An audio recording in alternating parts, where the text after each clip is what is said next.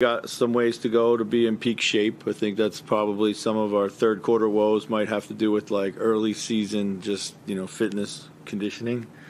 It's going to also show up in your shooting, it's going to show up in your effort a lot of times, just in general. So I think as we kind of grow into that, hopefully, we'll be able to rise to the challenge no matter what the situation is. But, 3 and 4 nights in a back-to-back is going to take it out of you, when you're not at peak fitness. So, and that's not just him. I think that's everybody. We got a little ways to go there. Man, your Dex, you nailed it, man. That is bizarro Judd Zulgad. He takes his glasses off all the time too. It's he takes them off, puts them on. Judd. It's just like me. Yeah, I told you, hilarious. We're basically born like 8 days apart. We're like twins. The same little like dark framed glasses. You're saying, and now you've got your little like your sweater game is on point with your little photo shoots with Olivia and stuff. And I got my little bit of a hunch. Little bit of a hunch. He definitely has a hunch. Yep. Now he's taller than I am, so that's not surprising, but he definitely has the hunch. Yeah. But we share a lot in common when it comes to the looks. I just want to reckless speculation. It's Reckless Speculation Thursday. And there's a whole bag of things to, no pun intended, Popeye's bag, to just unpack about the last 48 hours of Cat and Ant's response to the Cat Popeye's comment, both on the court and after the game. But one of the things we broached the other day was, what is the exit plan if this doesn't work? And that win last night, that's the last 5 minutes of the game where they had the starters on the floor. That's probably the best they've looked, and they're closing out a game. And again, it's a Spurs team that's shorthanded. You got to scout them for 48 hours and film and see what they did to you the other night. So, you definitely should have won that game, and you did. You did what you had to do. So some positive signs off of that game last night. But if it doesn't work, what do they do? What is their exit plan? What is the next chess move? Because a lot of people around the country, like national talking heads, the Bill Simmons and the, what's his name, analytics guy, John Hollinger. Well, boy, they pulled the trigger on that Gobert trade, and now they can't ever make another move ever. They're just screwed and locked into these players forever, right? I have to think that Tim Connolly and Chris Finch and other smart people that they've brought into that front office before they made that trade said, listen, we're all optimistic that this is going to work, and this is going to be a top 3 seed in the West, and we're going to make a run with this. But it's such a ballsy move that we have to discuss if it doesn't work, what do we do? If those two guys can't play together, if the chemistry's not right, what's the next move? Well, we just spent 10 minutes with Doogie talking about Jaylen Nowell contract stuff, and Jaden McDaniels is going to be out for a contract. But what do? They don't want to go too far into the luxury tax. Like, how do you pay all these guys, right? Mm-hmm. Is there a chance that the plan B is saying goodbye to Karl Anthony Towns next summer? If this doesn't work, you underachieve, you only win 45 games, you get blown out in the first round of the playoffs, whatever. And you say, you know what? What if we leverage Towns for as much as we could get? You could still get a couple first-round picks, or you could get talent for Towns. He's going to have a decent season no matter what. Yep. And you said, wow, look at Jaylen Nowell. Look what he's already done the first few games here. Look at Jaden McDaniels last night. That was just a classic Jaden McDaniels game where he just goes like 8 of 9 from the field, knocks down some threes. He's active on defense. Ant is 21. Jaden McDaniels is 22. 6'9", versatile power forward, modern player. Jaylen Nowell, 23 years old, can score at every level and is playing pretty good defense to start the year. Could you pivot and say, let's build it around those 3 guys, with Gobert as like the veteran defensive sage for the next few years, figure out what to do with D'Lo and the point guard spot? Is that their plan B? It might be. See, I think but I think plan B is probably a little bit fluid as well, because what Ant did last night is what you need Ant to do far more consistently, because he's capable of that. Yep. And so I think Conley, being a pretty savvy basketball executive with a track record of knowing what he's doing, I think he's probably watching that right now and saying, okay, can Ant and McDaniels and this young group, Can they continue on a track where they gain consistency? I think Cat. See, this goes so deep because, in my opinion, a huge part of the Cat conundrum is this: it's off the floor, it's his attitude, it's his what does he bring there as well, because in some ways his personality is what's destructive, not his play if he fits in. And plus, I do, of all of the guys on this team currently, I will give Cat the biggest break on trying to find his role, because he is being asked to step into a new role, Agreed. which a lot of guys who are as good as Cat aren't asked to ever transition to. And he was in the hospital like 3 weeks ago. Yep. None of that, like, to me, excuses him just being a whiner and a complainer and all this stuff. But I think the biggest issue with Cat is not can he adapt and be good in the role that we're going to ask him to play. That's a question, of course. But the biggest thing is, can this guy who consistently, to your point, has whined, unnecessarily criticized Ant? I mean, that was just an arbitrary hand grenade he threw into the locker room. And teams can say, well, distractions, we tune those out. No, you don't. You hate them. It's why you talk about them. It's why you say they don't bug us, because they do. Yeah. So I think that there's probably, and we discussed Plan B a couple days ago. The more I think about this, I think there's probably a couple of pretty fluid plans to address the fact. And you know what? One flat out is this too. I think I think there's a lot of assumption that D'Lo, that they're going to try to bring him back. Why is that the assumption? To Doogie's point, Tim Conley might say, I really don't like him that much. They're going to need the cap space too, by the way, to pay these other dudes. And by the way, they're 23 years old. There's a lot. There are, I think, a lot of executives in this league who are not D'Lo fans. So, like, Tim Conley would not be the first guy to be like, yeah, I don't think that much, and I certainly don't expect to or plan to pay him max.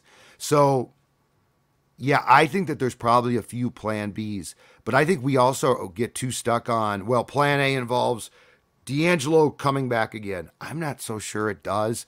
And with Cat, at some point in time, you just have to figure out how can you just get him to play this whole, what drives me nuts is this whole perception by him that I lead this team. Dude, no, you really don't. Sorry. Well, he has kind of by default up until this point. I mean, he's been the mainstay, right? Yes. There hasn't been an official changing of the guard. Right. Although I want to come back to Jaylen Nowell on something in a second. Put a pin in that, if you will. Mm-hmm. We're going to circle back to that. Yeah, we're going to take that offline for now, Phil. Yeah. But I hate meetings. But like last night, Kat did what I had asked him to do on Twitter, which is, dude, just it's your 8th year in the league, man. Put your head down.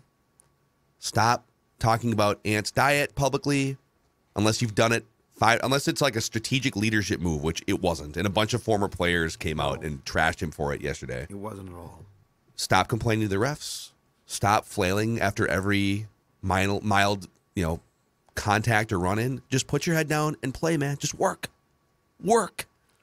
And then pop your head up at the end of the day and see what happens. And I actually thought he did a pretty good job of that last night. He tends to, like, when something happens, game 3 of the Memphis series happens in the playoffs, or he goes ballistic or something in a game. Yes.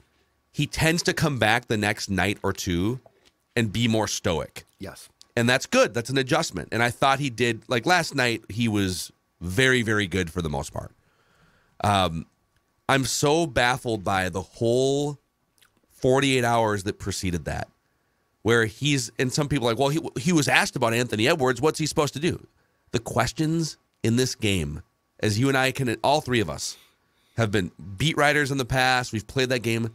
The questions aren't relevant if you are an athlete or a coach. You get to answer however you want. No one from the league or the team is making you answer those questions specifically.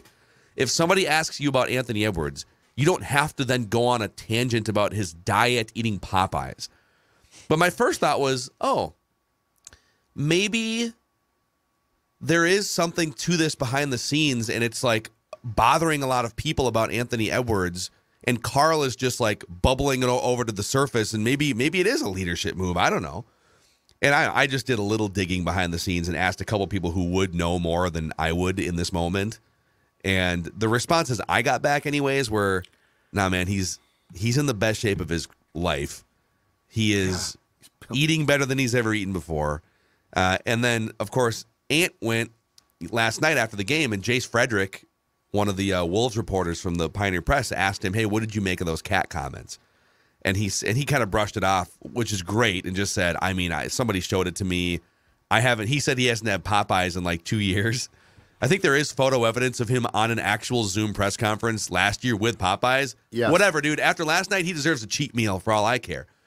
But what bothered me the most about the whole thing was Towns taking to Twitter yesterday morning and saying, let me pull up the tweet here. He says, this group is special. Ain't hearing any outside noise. Buddy, you caused the outside noise. You don't get to now be a martyr and be like, we are not listening to this outside noise. You, with inside noise, created outside noise unnecessarily, and it sounds like you were wrong. Like you just, on a whim, decided to throw him under the bus for like his previous eating habits or something, not acknowledging the work he's put in this summer. So like the whole thing was weird. I think that there's a chance that it could upset the chemistry in the locker room as they're trying to build it. I hope personally that that's not the case. Yeah. But I guess what I wonder is, does this front office see stuff like this? It's not going to this isn't going to derail, I don't think, but does the front office see something like this on top of the playoff meltdowns, on top of whatever else, and say, you know what? God, we got a couple guys here in Jaden McDaniels and Jaylen Nowell that do put their head down and just go to freaking work every night. And they're efficient players. They're not going to be as expensive, but we do need to make room for them financially. Do they look and say, at the end of the day, we can probably do this without Cat, but not till next summer. But I just think this stuff adds up, you know? But that's where it's a problem because when he does apply himself as a player, he's great. The issue is, and I think this is the question, and it's a big one.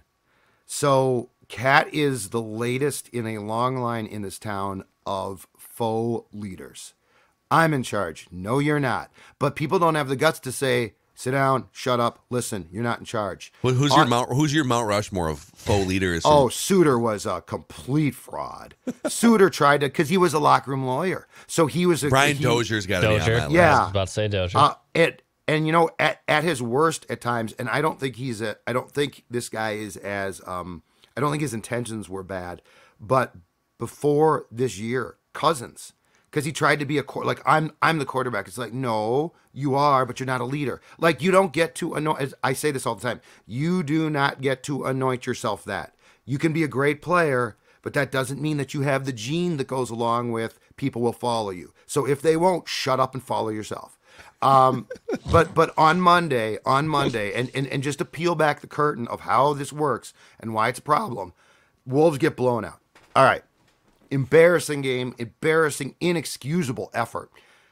And we're now allowed back in the locker room post-game, which we weren't last year. But nonetheless, after Chris Finch gets done, they bring one player to the press conference room to talk, and it's Cat. Cat is, as Phil, and you have said this yourself, and you're right, Cat is not emotionally intelligent enough to be the guy who's going to, after a awful loss, go to that microphone.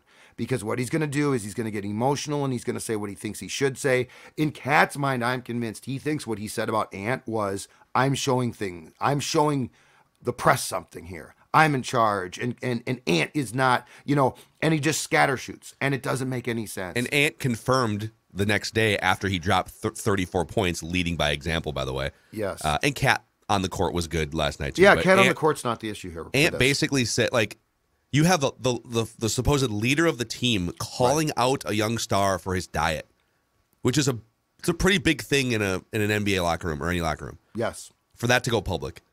And then you had it. I mean, the headline hit freaking TMZ, for God's sakes. Like it was a story around the NBA community. BJ Armstrong commented on his podcast. Chandler Parsons on his podcast. Everyone, right? Mm-hmm. And the next day, Ant is asked about it, and instead of saying something like, "Yes, Carl's been a great guide and a beacon for me," he basically just dismissed it out of hand. And that's part two that if you are Conley, you can't ignore. So this self-appointed leader of the team is being dismissed by Ant. So I don't, you know what? They might get along. I don't know. They might not.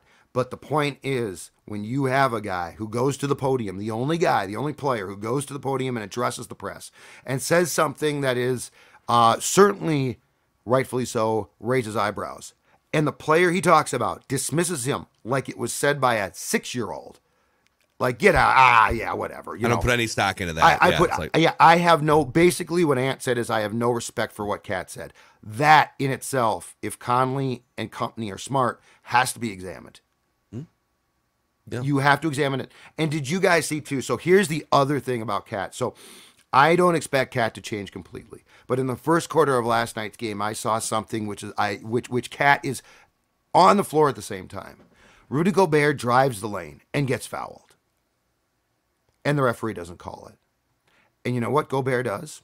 Doesn't look around, doesn't say a word till the next whistle, at which point he goes and addresses it. He runs down the court on defense. The Wolves force a turnover and get the ball back. Yeah. How hard is that, Carl, for you to watch that and be like, oh, yeah, you know what? That's how it's done. And afterwards, Gobert went up to the official, and he didn't whine and complain and, what's going on? He went and said, and basically explained, I thought that was a foul. The official's like, yeah, okay, that was it. And that's how the hard type is that of, to see? And that's the thing, too. It's like, there are other star players. Luka is probably the biggest culprit. Luka's doing the same thing Cat does, yes. but Luka has become this ridiculous player on all fronts, like levels up from even where Cat is as a borderline top 15 player. Yep. I don't like when people say, well, look at these other players that complain to officials. And I would say, well, okay, yeah, like other players complain to officials, but it doesn't derail their game like it does Cat's game. It is a problem for Cat's game and for the team. The Gobert anecdote is a great one in that that's how you do it.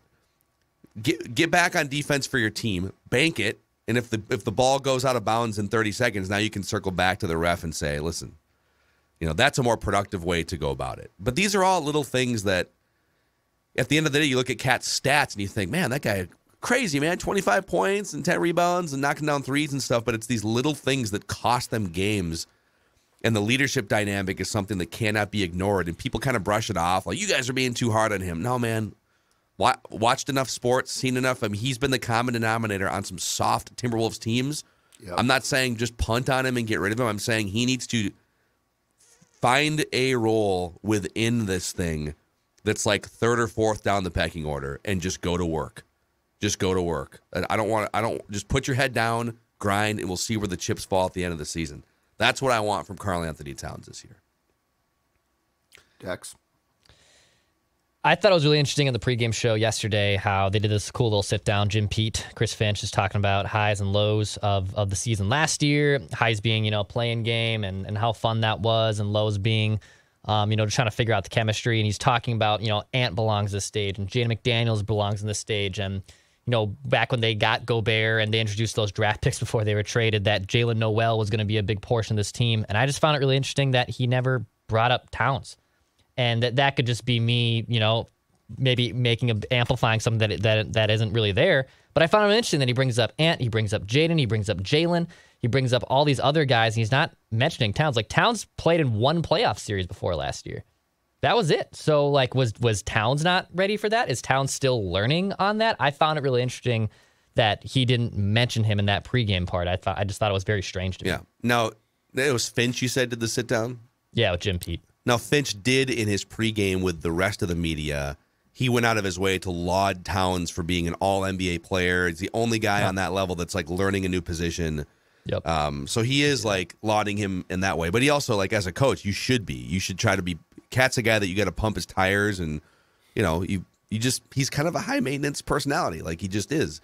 And I guess my final thought on this is they do have I feel more comfortable with their exit strategy now than I did 48 hours ago. That if at the end of the day you had to say, well, we're kind of in a jam here, we need to recoup some value and make room for young guys that do fit what we're doing and grind and understand, sort of the ups and downs of a game and stuff.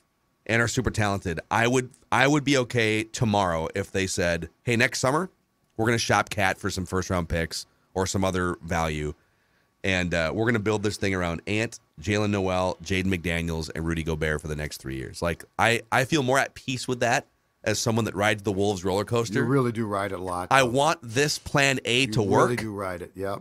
I want plan A to work. Well, but plan B is appealing if the two Jays keep playing the way that they are. Well, and plan A can work too, because, you know, if Cat, and I think he can, because he's an incredibly talented player, if Cat can get into this role now, which, I mean, it's just that is going to take time. Like, there's no debate about it.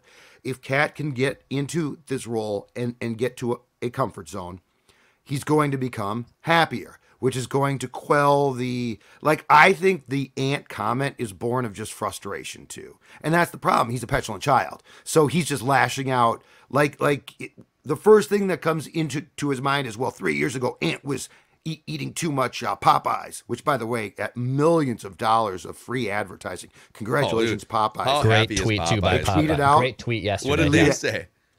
They said, Go ahead. and all the high school athletes who are enjoying, a chicken sandwich, don't let your teammates slander you. Like, basically, that's what they said. I'm paraphrasing a little bit here. It's a good luck to every high school athlete who eats Popeyes, regardless of what their teammates say. Exactly. Genius right. social media post. Oh, it was absolutely great. But so if Cat can get into this role, which I think he absolutely at some point can, he's going to be a happier camper. And so I think the plan A very much still can work. I am of the opinion, the more you look at this, that D'Lo is gone after this season. I really think he's gone.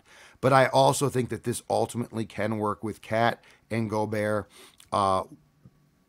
because part of the good thing is I don't think Ant cares enough about what Cat says for that ever to become a problem. Yeah. And second of all, I think that we also are going to get to a stage where hopefully between Finch and Conley, that they can convince Cat, dude, you don't need to lead, just play. Yeah.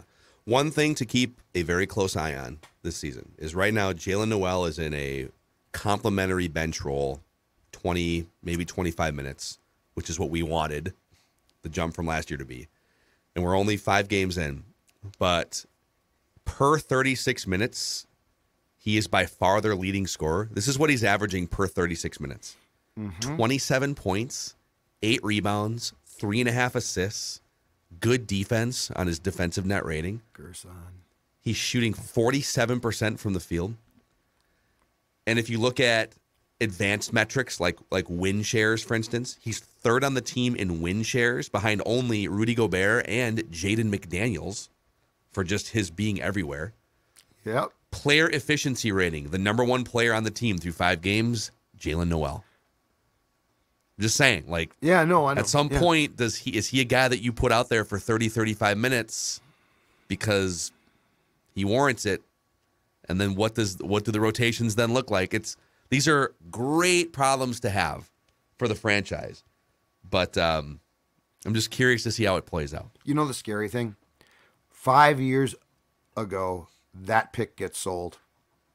The Jaylen Nowell pick gets sold. Glenn sells at five. The second round, yeah. They sold second round picks. Do you remember how long we basically said they can't find anyone in the second round? The Jarrett Culver pick is still a disaster, but it's a little bit easier to stomach that when you actually took Nowell in the same draft in the second round. Yeah. Hey, is Spiralite considering a Wolves positivity candle, or is it just the my purple? Friend Todd. No, Okay. I should talk to my friend Todd. You know what? The purple positivity candle is great, but you're right. How about a Wolves one? How about a Wild one? Because nothing is better than spiral light candles. They're a great gift. They also, as far as the purple positivity candle go, they're also a great thing to calm you down when things aren't going well during a purple game. But if they are going well, they only add to the ambiance of your home. Check them out, spirallightcandles.com. Spirallightcandles.com. They burn not only in a spiral way, but then once that's burned, there's another wick at the end, a long burning candle. They smell great. You'll love them. Check them out, spirallightcandles.com. And I will tell Todd, my friend, hey, you know what? Let's get on that Wolves candle. Hell yeah. I feel like we just ran really long with Mackie and Judd here. we got to get to Purple Daily for today. Do you want to do some old tweets, or should we save them? But no, we're doing old tweets. We're doing them? Okay. Wow. Oh, wow. Okay, I just want to throw it out. Just want to throw it out. Oh, Okay. Phil's like, should we do it? Should we do it? We do it. All right, let's do it. Old tweets An exposed ant here. just comes through and says, yeah, we're doing it. Or old takes exposed, I guess, in this case. Yeah, it's definitely more of a old takes exposed. I was doing some combing of our YouTube channel yesterday, and I was like, oh yeah, I forgot about our great positivity we had on the Golden Gopher football team. What did we say about Oh, that again? God. The Gophers are ranked only 21st and 23rd in the AP and the coaches polls. They are absolutely one of the 15 best teams in the country.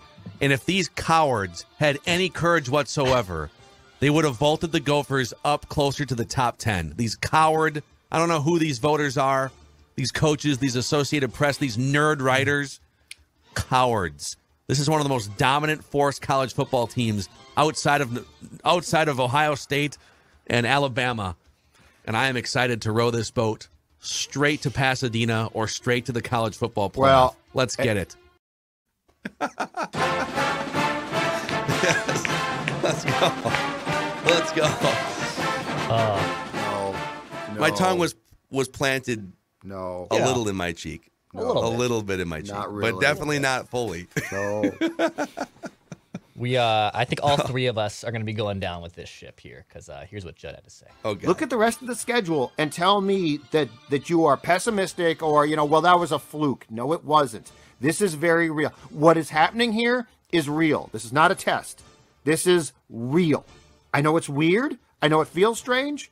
And I know that there are people like Dex and us to a certain point, but certainly Dex, who are jumping on and telling you, make room on the bandwagon because I'm here.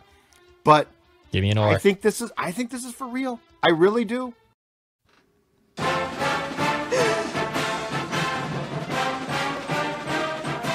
Judd has left Judd's his left. home studio. Judd? Judd is gone. Oh. No. No. No. It's okay. This is for real. This is It's for okay. real. It's This still is real for to me, real. damn it. Oh. But I will say this as my statement. For the first time in my life, I am all in on the Gopher football team. Wow. For the first, you can call me a bandwagon fan. I don't care. I am all in on the Gopher football team, baby. I am rowing this boat. They got a great run game. They have an obnoxious head coach who's perfect for college football. I have already committed to a tailgate in a month with friends. I said I will Yes. contribute the month? funds to the This tailgate's on tailgate. Saturday against Purdue, baby. Oh my God. Oh, yeah. Yeah, that Purdue tailgate's going to be a real rouser. What tailgate Be a blast. did you commit to, Declan? The Iowa one. So I still got another month, but I committed to it. It's still happening. I gotta go. I was golf with my buddy who is organizing it over on Friday. He's like, "You're still in for that though, right?" Despite what's happening, I was like, "Yeah, I'm still in." No, I have Saturday. COVID. Sorry. Yeah, that might happen. I might just start licking some doorknobs and going in crowded places or something. Because if I get out of that would be ideal. That was awful to have to hear again. I think That was only, we're all that's only a just month going old too. We'll just put ourselves all in one bundle for the win there. Yeah. Yeah. All right, go Gophers. Roll the boat, Sky-Yuma. Go Gophers.